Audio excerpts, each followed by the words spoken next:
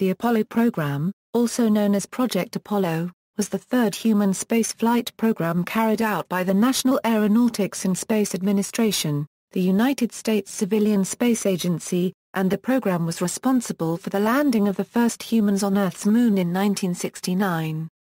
First conceived during the presidency of Dwight D. Eisenhower as a three-man spacecraft to follow the one-man Project Mercury which put the first Americans in space, Apollo was later dedicated to President John F. Kennedy's national goal of landing a man on the moon and returning him safely to the Earth by the end of the 1960s, which he proposed in a May 25, 1961, address to Congress. Project Mercury was followed by the two-man Project Gemini.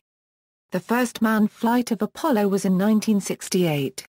Kennedy's goal was accomplished on the Apollo 11 mission when astronauts Neil Armstrong and Buzz Aldrin landed their lunar module on the Moon on July 20, 1969, and walked on its surface while Michael Collins remained in lunar orbit in the command spacecraft, and all three landed safely on Earth on July 24. 5 subsequent Apollo missions also landed astronauts on the Moon, the last in December 1972. In these 6 space flights, 12 men walked on the Moon. Apollo ran from 1961 to 1972, and was supported by the two-man Gemini program which ran concurrently with it from 1962 to 1966. Gemini missions developed some of the space travel techniques that were necessary for the success of the Apollo missions. Apollo used Saturn family rockets as launch vehicles. Apollo/Saturn vehicles were also used for an Apollo applications program which consisted of 3 Skylab space station missions in 1973–74. Apollo succeeded in achieving its goal of manned lunar landing, despite the major setback of a 1967 Apollo 1 cabin fire that killed the entire crew during a pre-launch test. After the first landing, sufficient flight hardware remained for 9 follow-on landings with an ambitious plan for extended lunar geological and astrophysical exploration. Budget cuts forced the cancellation of 3 of these. 5 of the remaining 6 missions achieved successful landings, but the Apollo 13 landing was prevented by an oxygen tank explosion in transit to the Moon, which disabled the command spacecraft's propulsion and life support. The crew returned to Earth safely by using the lunar module as a lifeboat for these functions. Apollo set several major human spaceflight milestones. It stands alone in sending manned missions beyond low Earth orbit. Apollo 8 was the first manned spacecraft to orbit another celestial body, while the final Apollo 17 mission marked the 6th moon landing and the 9th manned mission beyond low Earth orbit. The program returned 842 pounds of lunar rocks and soil to Earth, greatly contributing to the understanding of the Moon's composition and geological history. The program laid the foundation for NASA's current human spaceflight capability, and funded construction of its Johnson Space Center and Kennedy Space Center.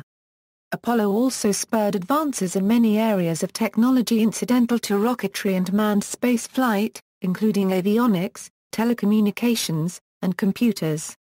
Background: the Apollo program was conceived early in 1960, during the Eisenhower administration, as a follow-up to America's Mercury program. While the Mercury capsule could only support 1 astronaut on a limited Earth orbital mission, the Apollo spacecraft was to be able to carry 3 astronauts on a circumlunar flight and eventually to a lunar landing.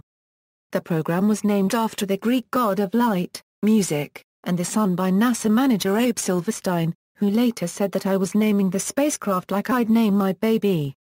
Silverstein chose the name at home one evening, early in 1960, because he felt Apollo riding his chariot across the sun was appropriate to the grand scale of the proposed program.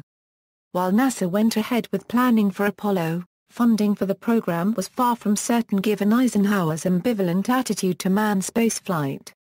In November 1960, John F. Kennedy was elected president after a campaign that promised American superiority over the Soviet Union in the fields of space exploration and missile defense. Using space exploration as a symbol of national prestige, he warned of a missile gap between the two nations, pledging to make the U.S. not first but, first and, first if, but first period. Despite Kennedy's rhetoric, He did not immediately come to a decision on the status of the Apollo program once he became president.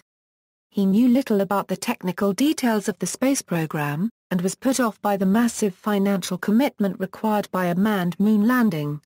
When Kennedy's newly appointed NASA Administrator James E. Webb requested a 30% budget increase for his agency, Kennedy supported an acceleration of NASA's large booster program but deferred a decision on the broader issue. On April 12, 1961, Soviet cosmonaut Yuri Gagarin became the first person to fly in space, reinforcing American fears about being left behind in a technological competition with the Soviet Union. At a meeting of the U.S. House Committee on Science and Astronautics one day after Gagarin's flight, many congressmen pledged their support for a crash program aimed at ensuring that America would catch up. Kennedy was circumspect in his response to the news, refusing to make a commitment on America's response to the Soviets. On April 20, Kennedy sent a memo to Vice President Lyndon B. Johnson, asking Johnson to look into the status of America's space program, and into programs that could offer NASA the opportunity to catch up. Johnson responded approximately 1 week later, concluding that we are neither making maximum effort nor achieving results necessary if this country is to reach a position of leadership. His memo concluded that a manned moon landing was far enough in the future that it was likely the United States would achieve it first. On May 25, 1961, 20 days after the first U.S. manned spaceflight Freedom 7, Kennedy proposed the Apollo program to Congress in a special address to a joint session. "I believe that this nation should commit itself to achieving the goal, before this decade is out, of landing a man on the moon and returning him safely to the Earth. No single space project in this period will be more impressive to mankind, or more important in the long-range exploration of space. And none will be so difficult or expensive to accomplish." NASA expansion. At the time of Kennedy's proposal, only one American had flown in Spacecraft less than a month earlier, and NASA had not yet sent an astronaut into orbit. Even some NASA employees doubted whether Kennedy's ambitious goal could be met. Kennedy even came close to agreeing to a joint US-USSR moon mission, to eliminate duplication of effort. Landing men on the moon by the end of 1969 required the most sudden burst of technological creativity, and the largest commitment of resources ever made by any nation in peacetime. At its peak, the Apollo program employed 400,000 people and required the support of over 20,000 industrial firms and universities. Manned Spacecraft Center. It became clear that managing the Apollo program would exceed the capabilities of Robert A. Gilruth's Space Task Group, which had been directing the nation's manned space program from NASA's Langley Research Center. So Gilruth was given authority to grow his organization into a new NASA center, the Manned Spacecraft Center. A site was chosen in Houston, Texas, on land donated by Rice University, and Administrator Webb announced the conversion on September 19, 1961. It was also clear NASA would soon outgrow its practice of controlling missions from its Cape Canaveral Air Force Station launch facilities in Florida, so a new Mission Control Center would be included in the MSC. In September 1962, by which time 2 Project Mercury astronauts had orbited the Earth, Gilruth had moved his organization to rented space in Houston, and construction of the MSC facility was underway. Kennedy visited Rice to reiterate his challenge in a famous speech. But why, some say, the moon? Why choose this as our goal? And they may well ask, why climb the highest mountain? Why, 35 years ago, fly the Atlantic? We choose to go to the moon. We choose to go to the moon in this decade and do the other things, not because they are easy, but because they are hard. Because that goal will serve to organize and measure the best of our energies and skills. Because that challenge is one that we are willing to accept, one we are unwilling to postpone, and one we intend to win.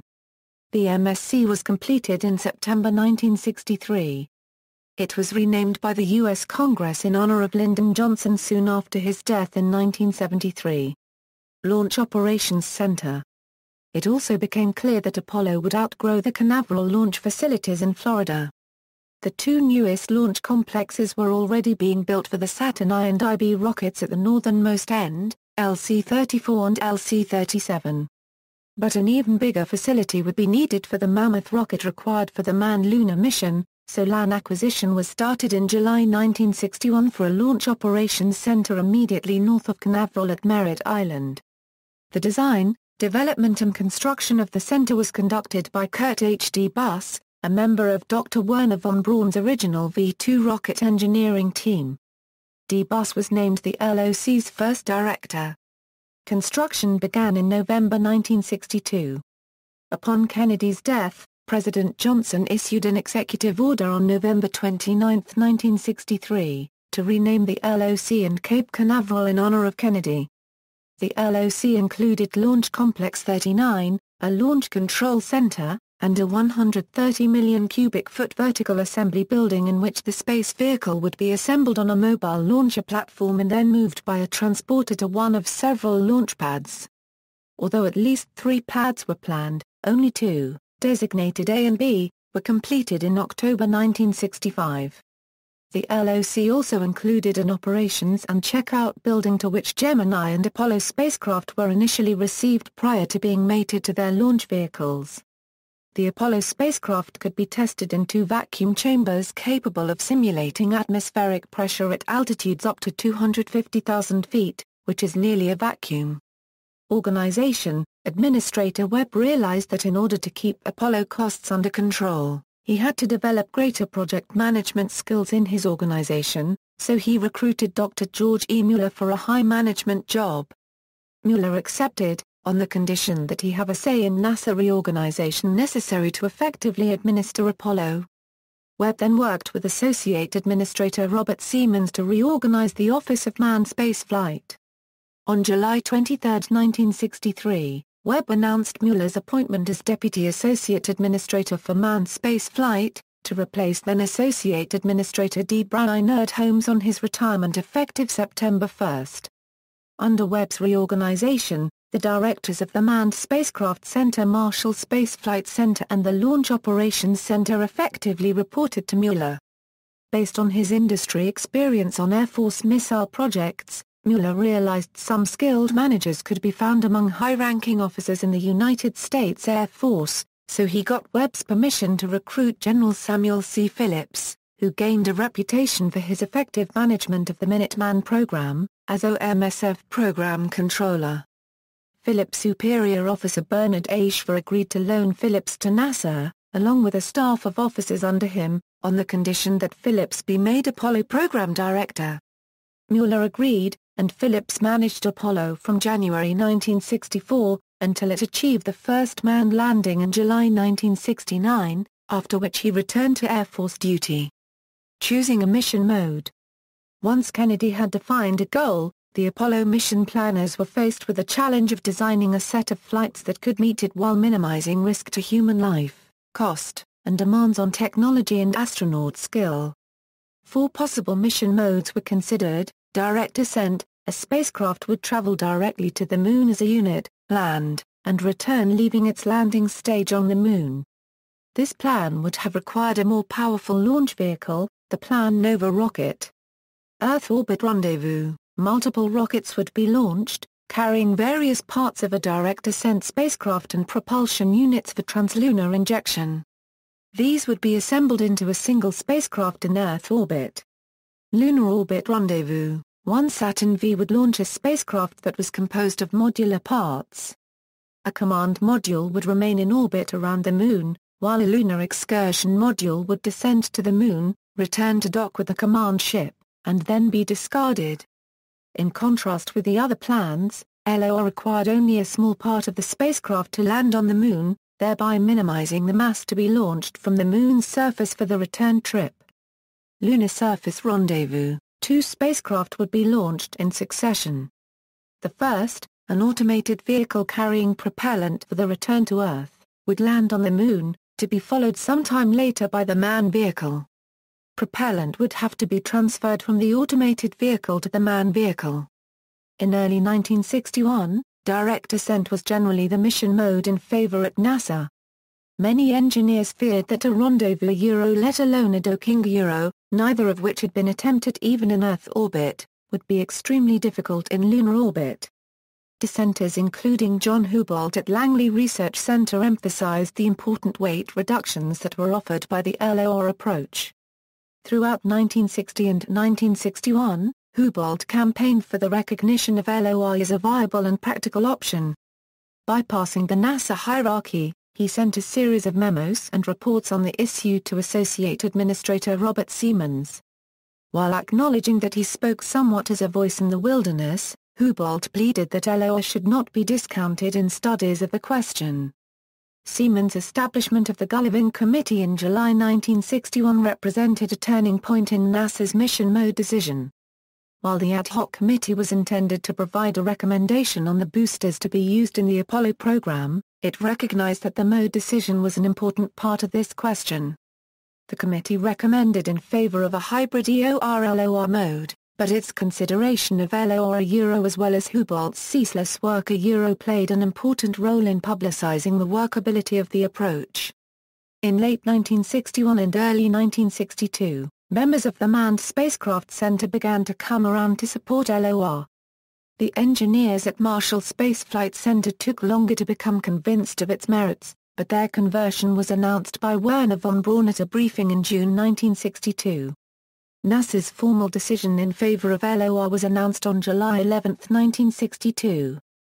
Space historian James Hansen concludes that, without NASA's adoption of this stubbornly held minority opinion in 1962, the United States may still have reached the Moon, but almost certainly it would not have been accomplished by the end of the 1960s, President Kennedy's target date. The LOR method had the advantage of allowing the lander's spacecraft to be used as a lifeboat in the event of a failure of the command ship.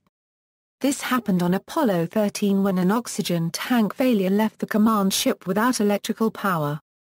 The lunar module provided propulsion, electrical power and life support to get the crew home safely. Spacecraft. Preliminary design studies of Apollo spacecraft began in 1960 as a three-man command module supported by one of several service modules providing propulsion and electrical power, sized for use in various possible missions, such as shuttle service to a space station, circumlunar flight, or return to Earth from a lunar landing. Once the moon landing goal became official, detailed design began of the command service module in which the crew would spend the entire direct ascent mission and lift off from the lunar surface for the return trip. The final choice of lunar orbit rendezvous changed the CSM's role to a translunar ferry used to transport the crew and a new spacecraft, the Lunar Excursion Module, which would take 2 men to the lunar surface and return them to the CSM. Command Service Module. The command module was the conical crew cabin, designed to carry 3 astronauts from launch to lunar orbit and back to an Earth-ocean landing. It was the only component of the Apollo spacecraft to survive without major configuration changes as the program evolved from the early Apollo study designs. Its exterior was covered with an ablative heat shield, and had its own reaction control system engines to control its attitude and steer its atmospheric entry path.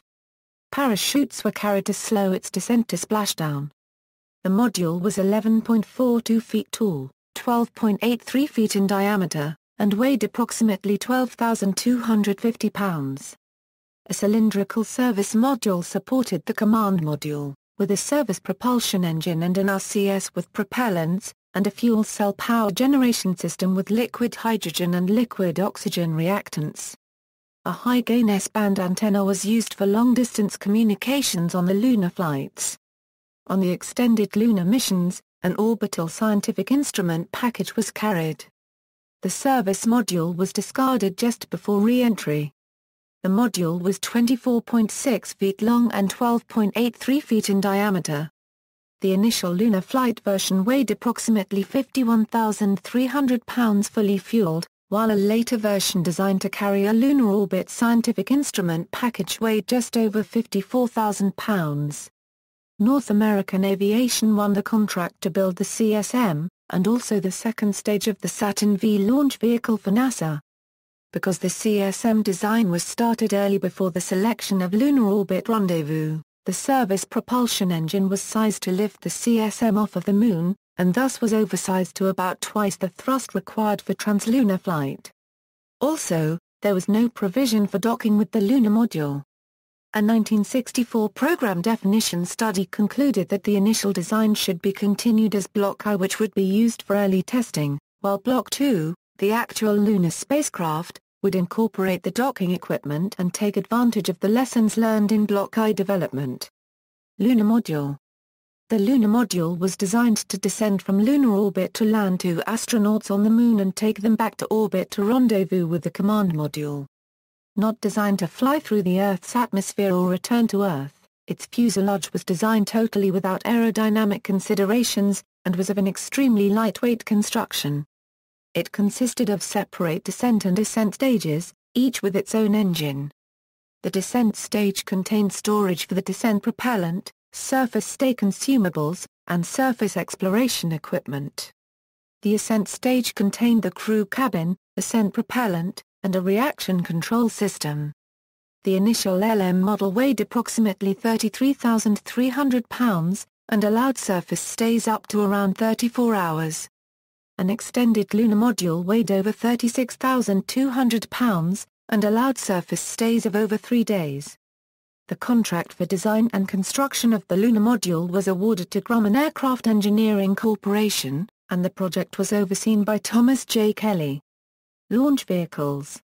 Before the Apollo program began, Wernher von Braun and his team of rocket engineers had started work on plans for very large launch vehicles, the Saturn series, and the even larger Nova series. In the midst of these plans, von Braun was transferred from the Army to NASA, and made director of the Marshall Space Flight Center. The initial director planned to send the 3-man Apollo Command Service module directly to the lunar surface, on top of a large descent rocket stage, would require a Nova-class launcher, with a lunar payload capability of over 180,000 pounds. The June 11, 1962, decision to use lunar orbit rendezvous enabled the Saturn V to replace the Nova, and the MSFC proceeded to develop the Saturn rocket family for Apollo. Little Joe 2. Since Apollo, like Mercury, would require a launch escape system in case of a launch failure, a relatively small rocket was required for qualification flight testing of the system.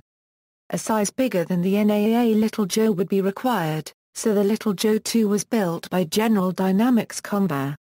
After an August 1963 qualification test flight, 4 LES test flights were made at the White Sands Missile Range between May 1964 and January 1966.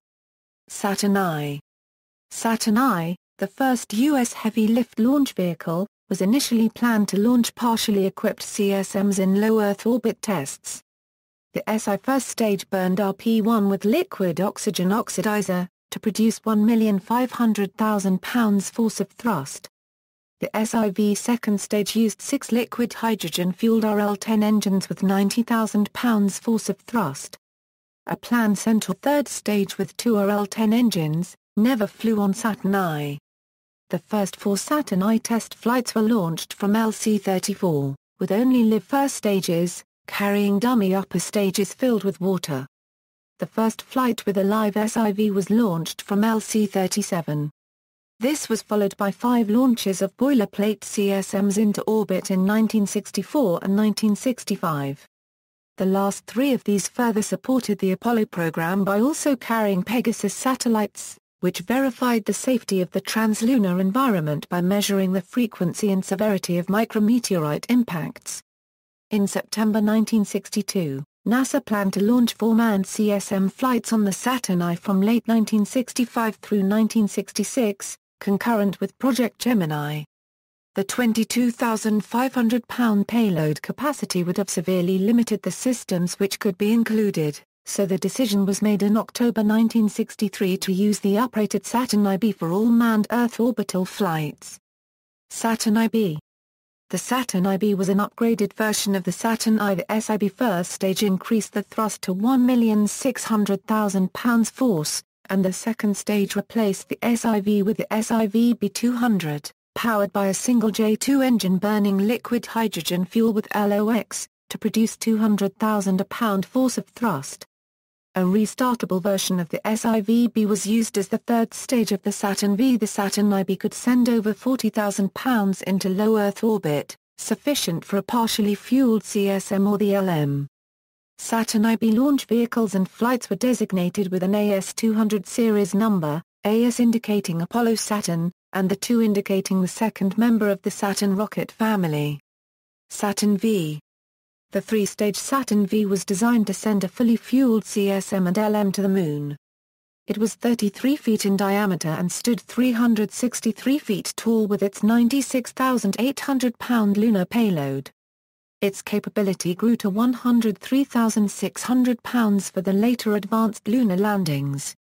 The SIC first stage burned RP-1/LOX for a rated thrust of 7,500,000 pounds force, which was upgraded to 7,610,000 pounds force.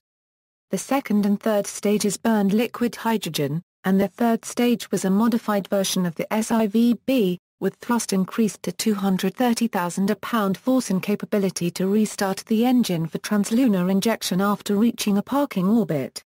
Saturn V launch vehicles and flights were designated with an AS-500 series number, AS indicating Apollo Saturn, and the 5 indicating Saturn V. Since Apollo, like Project Mercury, used more than one launch vehicle for space missions, NASA similarly used the spacecraft launch vehicle combination series numbers AS-10X for Saturn I, AS-20X for Saturn IB, and AS-50X for Saturn V to designate and plan all missions, rather than numbering them sequentially as in Project Gemini. This was changed by the time manned flights began. Astronauts. NASA's Director of Flight Crew Operations during the Apollo program was Donald K. Deke Slayton, one of the original Mercury 7 astronauts who was medically grounded in September 1962 due to a heart murmur. Slayton was responsible for making all Gemini and Apollo crew assignments. 32 astronauts were assigned to fly missions in the Apollo program. 24 of these left Earth a unregistered trademark S-orbit and flew around the Moon between December 1968 and December 1972. Half of the 24 walked on its surface, though none of them returned to the Moon after landing once. One of the moonwalkers was a trained geologist. Of the 32, Gus Grissom, Edward H. White, and Roger Chaffee were killed during a ground test in preparation for their Apollo 1 mission. The Apollo astronauts were chosen from the Project Mercury and Gemini veterans, plus from 2 later astronaut groups. All missions were commanded by Gemini or Mercury veterans. Crews on all development flights through the first 2 landings on Apollo 11 and Apollo 12, included at least 2 Gemini veterans. Dr. Harrison Schmitt, a geologist, was the first NASA scientist astronaut to fly in space, and landed on the Moon on the last mission, Apollo 17. Schmitt participated in the lunar geology training of all of the Apollo landing crews. Lunar mission profile: the nominal planned lunar landing mission proceeded as follows. Profile variations: after Apollo 12 placed the second of several seismometers on the Moon, the SIVBs on subsequent missions were deliberately crashed on the Moon instead of being sent to solar orbit, as an active seismic experiment to induce vibrations in the Moon. The first 3 lunar missions used a free return trajectory, keeping a flight path coplanar with the lunar orbit, which would allow a return to Earth in case the SM engine failed to make lunar orbit insertion. Landing site lighting conditions on later missions dictated a lunar orbital plane change, which required a course change maneuver soon after TLI, and eliminated the free return option. On later landing flights, the SM engine was used instead of the LM engine to begin powered descent, in order to allow a greater fuel reserve for landing. On Apollo 12 and later missions, the jettisoned LM ascent stages were deliberately crashed on the Moon at known locations, as another active seismic experiment.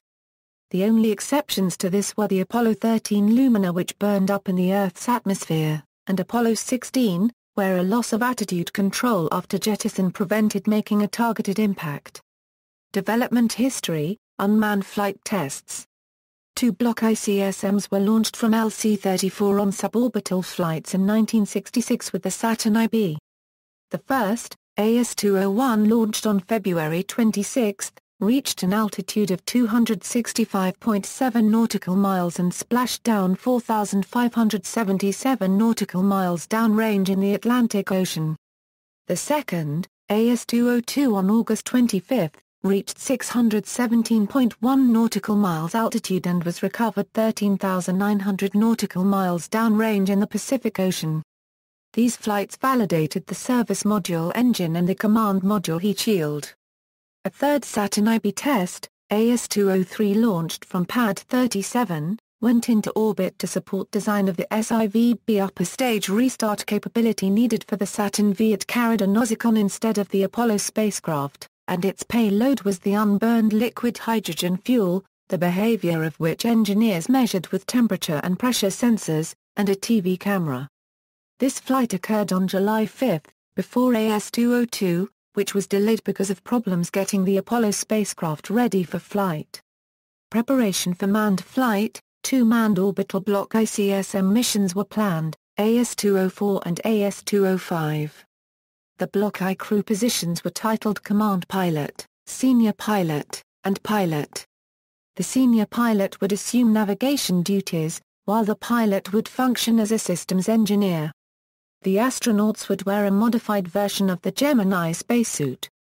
After an unmanned LM test flight AS-206, a crew would fly the first Block II CSM and LM in a dual mission known as AS-207-208, or AS-278. The Block II crew positions were titled Commander Command Module Pilot and Lunar Module Pilot.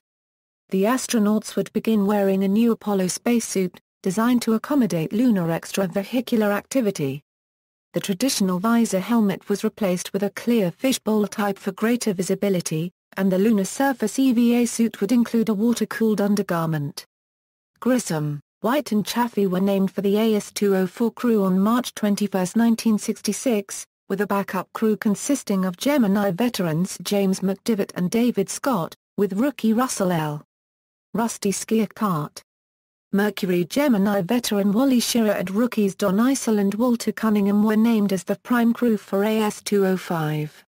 In December 1966, the AS-205 mission was cancelled, since the validation of the CSM would be accomplished on the 14-day first flight, and AS-205 would have been devoted to space experiments and contribute no new engineering knowledge about the spacecraft. Its Saturn IB was allocated to the dual mission, now redesignated AS-205-208 or AS-258, planned for August 1967. McDivitt, Scott and Skierkart were promoted to the prime AS-258 crew, and Schirra, Eisel and Cunningham were reassigned as the Apollo 1 backup crew. Program delays. The spacecraft for the AS-202 and AS-204 missions were delivered by North American Aviation to the Kennedy Space Center with long lists of equipment problems which had to be corrected before flight. These delays caused the launch of AS-202 to slip behind AS-203, and eliminated hopes the first manned mission might be ready to launch as soon as November 1966, concurrently with the last Gemini mission. Eventually the planned AS-204 flight date was pushed to February 21, 1967. North American Aviation was prime contractor not only for the Apollo CSM, but for the Saturn VSII second stage as well, and delays in this stage pushed the first unmanned Saturn V flight AS-501 from late 1966 to November 1967. The problems with North American were severe enough in late 1965 to cause Manned Spaceflight Administrator George Mueller to appoint Program Director Samuel Phillips to head a Tiger team to investigate North American's problems and identify corrections. Phillips documented his findings in a December 19 letter to NAA President Lee Atwood, with a strongly worded letter by Mueller, and also gave a presentation of the results to Mueller and Deputy Administrator Robert Siemens. Meanwhile, Grumman was also encountering problems with the lunar module, eliminating hopes it would be ready for manned flight in 1967, not long after the first manned CSM flights. Disaster strikes. Grissom, White, and Chaffee decided to name their flight Apollo 1 as a motivational focus on the first manned flight. They trained and conducted tests of their spacecraft at North American, and in the altitude chamber at the Kennedy Space Center. A plugs-out test was planned for January, which would simulate a launch countdown on LC-34 with the spacecraft transferring from pad supplied to internal power. If successful, This would be followed by a more rigorous countdown simulation test closer to the February 21 launch, with both spacecraft and launch vehicle fueled. The plugs-out test began on the morning of January 27, 1967, and immediately was plagued with problems. First, the crew noticed a strange odor in their spacesuits, which delayed the sealing of the hatch. Then, communications problems frustrated the astronauts and forced a hold in the simulated countdown. During this hold, an electrical fire began in the cabin, and spread quickly in the high-pressure, 100% oxygen atmosphere. Pressure rose high enough from the fire that the cabin burst and the fire erupted onto the pad area, frustrating attempts to rescue the crew. The astronauts were asphyxiated before the hatch could be opened. NASA immediately convened an accident review board, overseen by both houses of Congress. While the determination of responsibility for the accident was complex, the review board concluded that deficiencies existed in command module design, workmanship and quality control. At the insistence of NASA Administrator Webb, North American removed Harrison Storms as Command Module Program Manager. Webb also reassigned Apollo Spacecraft Program Office Manager Joseph Francis Shear, replacing him with George Lowe.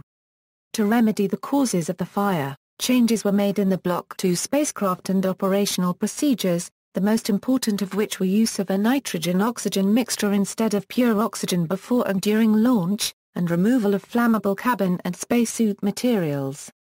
The Block II design already called for replacement of the Block I plug-type hatch cover with a quick-release, outward-opening door. NASA discontinued the manned Block I program, using the Block I spacecraft only for unmanned Saturn V flights. Crew members would also exclusively wear modified, fire-resistant Block II spacesuits, and would be designated by the Block II titles, regardless of whether a lumen was present on the flight or not. Unmanned Saturn V and LM tests. On April 24, 1967, Mueller published an official Apollo mission numbering scheme, using sequential numbers for all flights, manned or unmanned.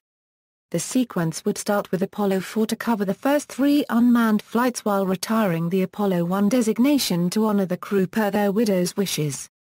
In September 1967, Mueller approved a sequence of mission types which had to be successfully accomplished in order to achieve the manned lunar landing. Each step had to be successfully accomplished before the next ones could be performed, and it was unknown how many tries of each mission would be necessary.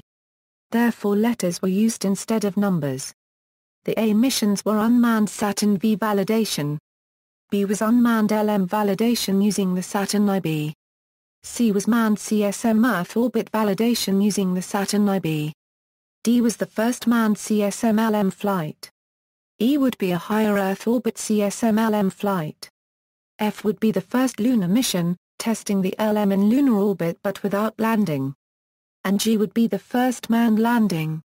The list of types covered follow-on lunar exploration to include H lunar landings, I for lunar orbital survey missions, and J for extended-stay lunar landings. The delay in the CSM caused by the fire enabled NASA to catch up on man rating the LM and Saturn V. Apollo 4 was the first unmanned flight of the Saturn V, carrying a Block I CSM on November 9, 1967. The capability of the command modules each yield to survive a trans-lunar re-entry was demonstrated by using the service module engine to ram it into the atmosphere at higher than the usual Earth orbital re-entry speed. This was followed on April 4, 1968. By Apollo 6 which carried a CSM and a lumen test article as ballast. The intent of this mission was to achieve trans-lunar injection, followed closely by a simulated direct return abort, using the service module engine to achieve another high-speed re-entry. The Saturn V experienced pogo oscillation, a problem caused by non-steady engine combustion, which damaged fuel lines in the second and third stages. 2 SII engines shut down prematurely, but the remaining engines were able to compensate. The damage to the third stage engine was more severe, preventing it from restarting for trans-lunar injection. Mission controllers were able to use the service module engine to essentially repeat the flight profile of Apollo 4. Based on the good performance of Apollo 6 and identification of satisfactory fixes to the Apollo 6 problems, NASA declared the Saturn V ready to fly men, cancelling a third unmanned test.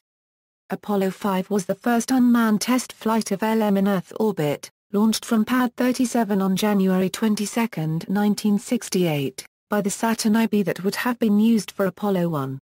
The LM engines were successfully test-fired and restarted, despite a computer programming error which cut short the first descent stage firing. The ascent engine was fired in abort mode, known as a fire-in-the-hole test, where it was lit simultaneously with jettison of the descent stage. Although Grumman wanted a second unmanned test, George Low decided the next LM flight would be manned. Manned development missions. Apollo 7, launched from LC-34 on October 11, 1968, was the SEAM mission, crewed by Schirra, Eisel and Cunningham. It was an 11-day Earth orbital flight which tested the CSM systems. Apollo 8 was planned to be the D mission in December 1968, crewed by McDivitt, Scott and Skiakart, launched on a Saturn V instead of two Saturn IBs. In the summer it had become clear that the LM would not be ready in time. Rather than waste the Saturn V on another simple Earth-orbiting mission, ASPO manager George Low suggested the bold step of sending Apollo 8 to orbit the Moon instead, deferring the D mission to the next mission in March 1969, and eliminating the E mission. This would keep the program on track. The decision was not announced publicly until successful completion of Apollo 7. Gemini veterans Frank Borman and James Loveal, and rookie William Anders captured the world's attention by making 10 lunar orbits in 20 hours, transmitting television pictures of the lunar surface on Christmas Eve, and returning safely to Earth. The following March, LM flight, rendezvous and docking were successfully demonstrated in Earth orbit on Apollo 9, and Skiakart tested the full lunar EVA suit with its portable life support system outside the LM. The F mission was successfully carried out on Apollo 10 in May 1969 by Gemini veterans Thomas P. Stafford, John Young and Eugene Cernan. Stafford and Cernan took the LM to within 50,000 feet of the lunar surface. The G mission was achieved on Apollo 11 in July 1969 by an all-Gemini veteran crew consisting of Neil Armstrong, Michael Collins and Buzz Aldrin. Armstrong and Aldrin performed the first landing at the Sea of Tranquility at 20:17 and 40 seconds UTC on July 20, 1969. They spent a total of 21 hours, 36 minutes on the surface, and spent 2 hours, 31 minutes outside the spacecraft, walking on the surface, taking photographs, collecting material samples, and deploying automated scientific instruments, while continuously sending black and white television back to Earth. The astronauts returned safely on July 24. That's one small step for man, one giant leap for mankind. Neil Armstrong, just after stepping onto the Moon's surface.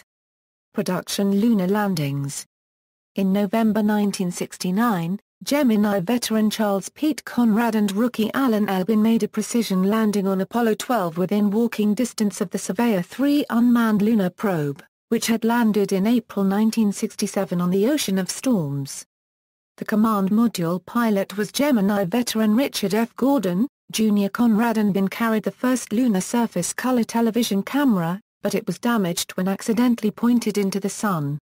They made 2 EVAs totaling 7 hours and 45 minutes. On one, they walked to the Surveyor, photographed it, and removed some parts which they returned to Earth. The contracted batch of 15 Saturn Versus were enough for lunar landing missions through Apollo 20. NASA publicized a preliminary list of 8 more planned landing sites, with plans to increase the mass of the CSM and LM for the last 5 missions, along with the payload capacity of the Saturn V. These final missions would combine the I and J types in the 1967 list, allowing the CMP to operate a package of lunar orbital sensors and cameras while his companions were on the surface, and allowing them to stay on the Moon for over 3 days. These missions would also carry the lunar roving vehicle, increasing the exploration area and allowing televised liftoff of the LM.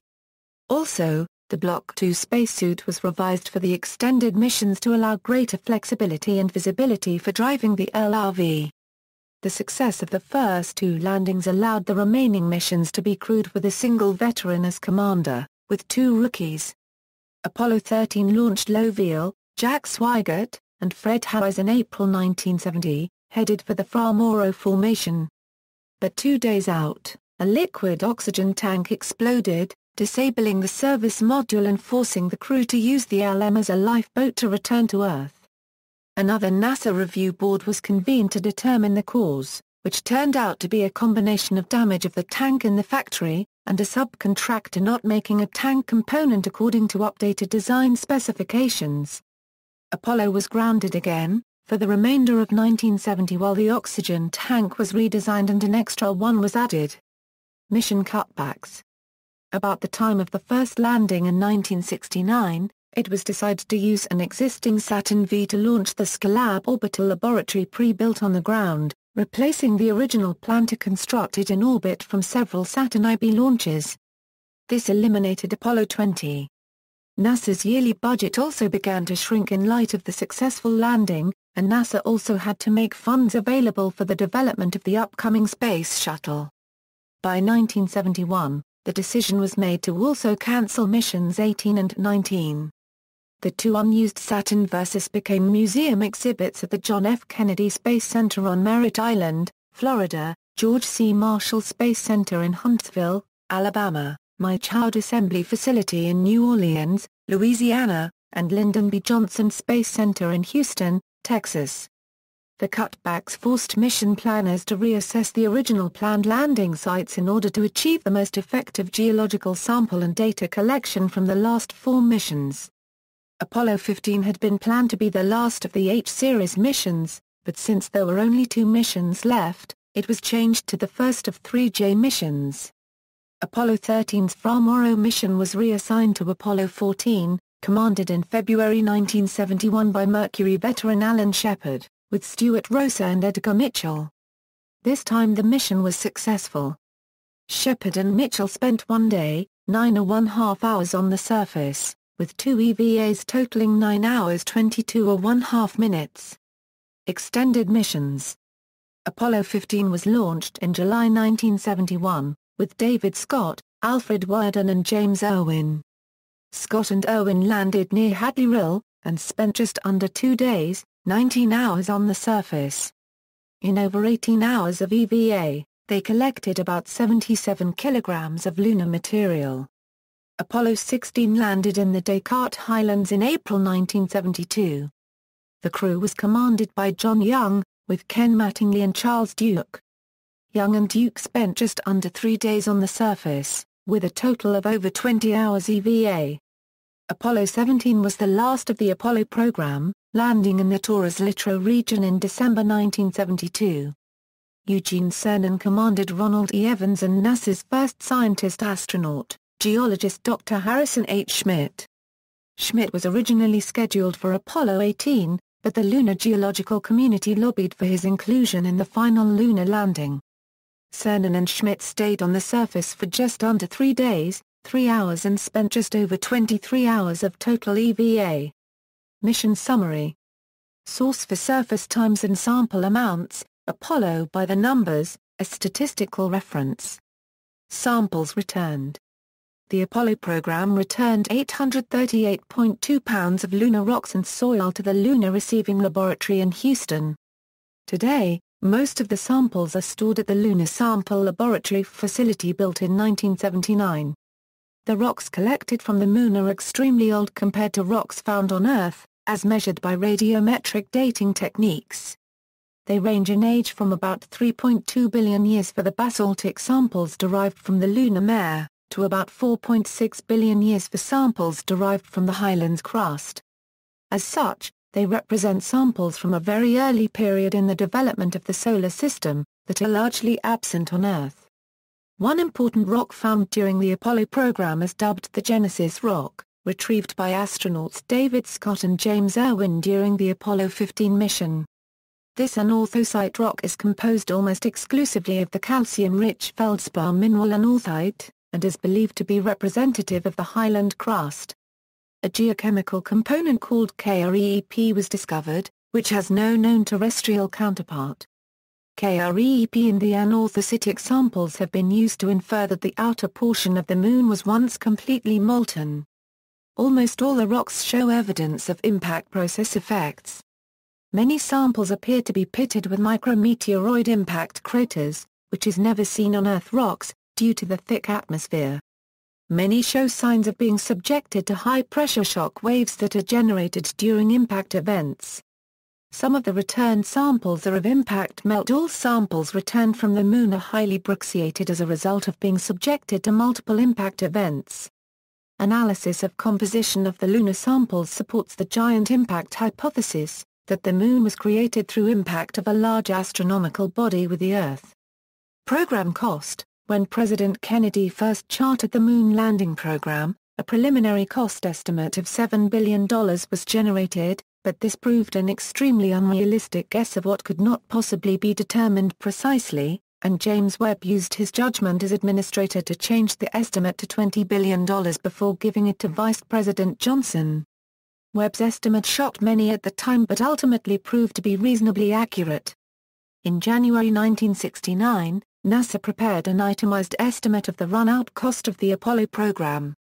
The total came to $23.9 billion, itemized as follows: Apollo spacecraft, $7,945.0 million, Saturn I launch vehicles, $767.1 million, Saturn IB launch vehicles, $1,131.2 million, Saturn V launch vehicles, $6,871.1 million, launch vehicle engine development, $854.2 million, mission support, $1,432.3 million, tracking and data acquisition, $664.1 million, ground facilities, $1,830.3 million, operation of installations, $2,420.6 million.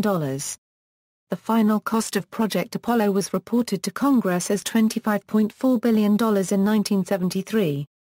It took up the majority of NASA's budget while it was being developed. For example, in 1966 it accounted for about 60% of NASA's total $5.2 billion budget. A single Saturn V launch in 1969 cost up to $375 million, compared to the National Science Foundation's fiscal year 1970 budget of $440 million. In 2009, NASA held a symposium on project costs which presented an estimate of the Apollo program costs in 2005 as roughly $170 billion. This included all research and development costs. The procurement of 15 Saturn V rockets, 16 command service modules, 12 lunar modules, plus program support and management costs. Construction expenses for facilities and their upgrading, and costs for flight operations. This was based on a Congressional Budget Office report, a budgetary analysis of NASA unregistered trademark as New Vision for Space, September 2004. The Space Review estimated in 2010 the cost of Apollo from 1959 to 1973 as $20.4 billion, or $109 billion in 2010, averaged over the 6 landings as $18 billion each. Apollo Applications Program. Looking beyond the manned lunar landings, NASA investigated several post-lunar applications for Apollo hardware. The Apollo Extension Series proposed up to 30 flights to Earth orbit, using the space in the spacecraft lunar module adapter to house a small orbital laboratory. Astronauts would continue to use the CSM as a ferry to the station. This study was followed by design of a larger orbital workshop to be built in orbit from an empty SIVB Saturn upper stage, and grew into the Apollo Applications Program. The workshop was to be supplemented by Apollo telescope missions, which would replace the LM's descent stage equipment and engine with a solar telescope observatory. The most ambitious plan called for using an empty SIVB as an interplanetary spacecraft for a Venus flyby mission. The SIVB orbital workshop was the only one of these plans to make it off the drawing board. Dubbed Skylab, it was constructed complete on the ground rather than in space, and launched in 1973 using the 2 lower stages of a Saturn V. It was equipped with an Apollo telescope mount, the solar telescope that would have been used on the Apollo telescope missions. Skylab's last crew departed the station on February 8, 1974, and the station itself re-entered the atmosphere in 1979, by which time it had become the oldest operational Apollo Saturn component. Recent observations. In September 2007, the X Prize Foundation and Google announced the Google Lunar X Prize, to be awarded for a robotic lunar landing mission which transmits close-up images of the Apollo lunar modules and other artificial objects on the surface. In 2008, Japan Aerospace Exploration Agency's Selene probe observed evidence of the halo surrounding the Apollo 15 lunar module blast crater while orbiting above the lunar surface.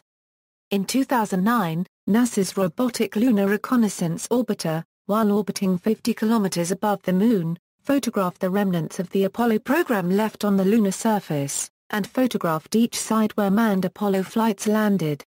All of the U.S. flags left on the Moon during the Apollo missions were found to still be standing, with the exception of the one left during the Apollo 11 mission, which was blown over during that mission's liftoff from the lunar surface and returned to the Mission Command Module in lunar orbit.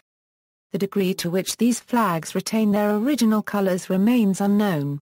In a November 16, 2009 editorial, The New York Times opined, "Here's something terribly wistful about these photographs of the Apollo landing sites.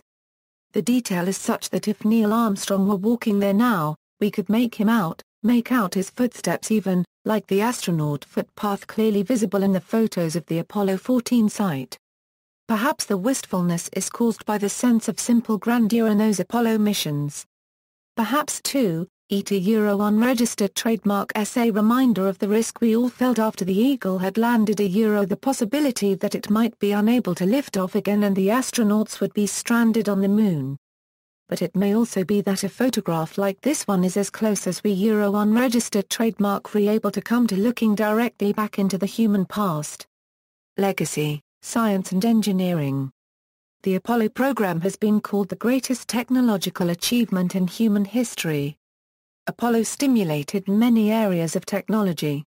The flight computer design used in both the lunar and command modules was, along with the Minuteman missile system, the driving force behind early research into integrated circuits. Computer-controlled machining was first used in the fabrication of Apollo structural components. Cultural impact. The crew of Apollo 8 sent the first live televised pictures of the Earth and the Moon back to Earth, and read from the creation story in the Book of Genesis, on Christmas Eve, 1968. This was believed to be the most widely watched television broadcast until that time.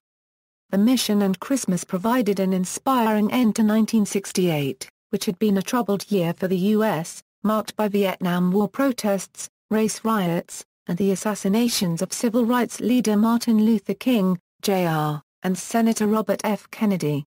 An estimated one-fifth of the population of the world watched the live transmission of the Apollo 11 moonwalk. An effect of the Apollo program is the view of Earth as a fragile, small planet, captured in photographs taken by the astronauts during the lunar missions. The most famous, taken by the Apollo 17 astronauts, is the Blue Marble. Many astronauts and cosmonauts have commented on the profound effects that seeing Earth from space has had on them. The 24 astronauts who traveled to the Moon are the only humans to have observed Earth from beyond low Earth orbit, and have traveled farther from Earth than anyone else to date. According to The Economist, Apollo succeeded in accomplishing President Kennedy's goal of taking on the Soviet Union in the space race, and beat it by accomplishing a singular and significant achievement, and thereby showcased the superiority of the capitalistic, free market system as represented by the U.S. The publication noted the irony that in order to achieve the goal, the program required the organization of tremendous public resources within a vast, centralized government bureaucracy. Apollo 11 Broadcast Data Restoration Project. As part of Apollo 11's 40th anniversary in 2009, NASA spearheaded an effort to digitally restore the existing videotapes of the mission's live televised moonwalk. After an exhaustive 3-year search for missing tapes of the original video of the Apollo 11 moonwalk, NASA concluded the data tapes had more than likely been accidentally erased. We're all saddened that they're not there. We all wish we had 20/20 hindsight. I don't think anyone in the NASA organization did anything wrong, I think it slipped through the cracks, and nobody's happy about it. The moon landing data was recorded by a special Apollo TV camera which recorded in a format incompatible with broadcast TV. This resulted in lunar footage that had to be converted for the live television broadcast and stored on magnetic telemetry tapes. During the following years, a magnetic tape shortage prompted NASA to remove massive numbers of magnetic tapes from the National Archives and Records Administration to be recorded over with newer satellite data. Stan Lebar, who led the team that designed and built the lunar television camera at Westinghouse Electric Corporation, also worked with Norfska to try to locate the missing tapes. So I don't believe that the tapes exist today at all. It was a hard thing to accept. But there was just an overwhelming amount of evidence that led us to believe that they just don't exist anymore. And you have to accept reality. With a budget of $230,000, the surviving original lunar broadcast data from Apollo 11 was compiled by Norfska and assigned to Lowry Digital for restoration. The video was processed to remove random noise and camera shake without destroying historical legitimacy. The images were from tapes in Australia, the CBS News Archive, and Countscope recordings made at Johnson Space Center. The restored video, remaining in black and white, contains conservative digital enhancements and did not include sound quality improvements. Depictions on film, documentaries, numerous documentary films cover the Apollo program and the space race, including Moonwalk 1, For All Mankind, Moon from the BBC miniseries The Planets, Magnificent Desolation, Walking on the Moon 3D, The Wonder of It All, In the Shadow of the Moon, When We Left Earth, The NASA Missions, Moon Machines, James May on the Moon, NASA's Story, Moonscape, docudramas, The Apollo Program, or certain missions, have been dramatized in Apollo 13, Apollo 11, From the Earth to the Moon, Space Race, and Moonshot. See also: Apollo 11 Flight to the Moon, Apollo Lunar Surface Experiments Package, Apollo TV Camera, List of man-made objects on the Moon, List of megaprojects, Lockheed Propulsion Company, Moon Landing Conspiracy Theories, Pad Abort Test 1, Soviet Manned Lunar Programs, Splashdown, Stolen and Missing Moon Rocks, Exploration of the Moon, References. This article incorporates a public domain material from websites or documents of the National Aeronautics and Space Administration. Bibliography. Further reading. External links: Apollo program history at NASA's Human Spaceflight website, the Apollo program at the NASA History Program Office, Apollo spin-offs at the NASA spin-off website, the Apollo program at the National Air and Space Museum, Apollo 35th Anniversary Interactive Feature at NASA, Lunar Mission Timeline at the Lunar and Planetary Institute, NASA Reports, Apollo Program Summary Report, NASA, JSC 09423, April 1975, NASA History Series Publications, Project Apollo Drawings and Technical Diagrams at the NASA History Program Office, the Apollo Lunar Surface Journal edited by Eric M. Jones and Ken Glover. The Apollo Flight Journal by W. David Woods, al. Multimedia, Apollo Image Archive at Arizona State University, Apollo Gallery at NASA's Human Spaceflight, audio recording and transcript of President John F. Kennedy, NASA Administrator James Webb, al., discussing the Apollo agenda. The Project Apollo Archive by Kip Tiag is a large repository of Apollo images, videos, and audio recordings. Apollo Image Atlas almost 25,000 lunar images, Lunar and Planetary Institute. The short film Time of Apollo is available for free download at the Internet Archive. More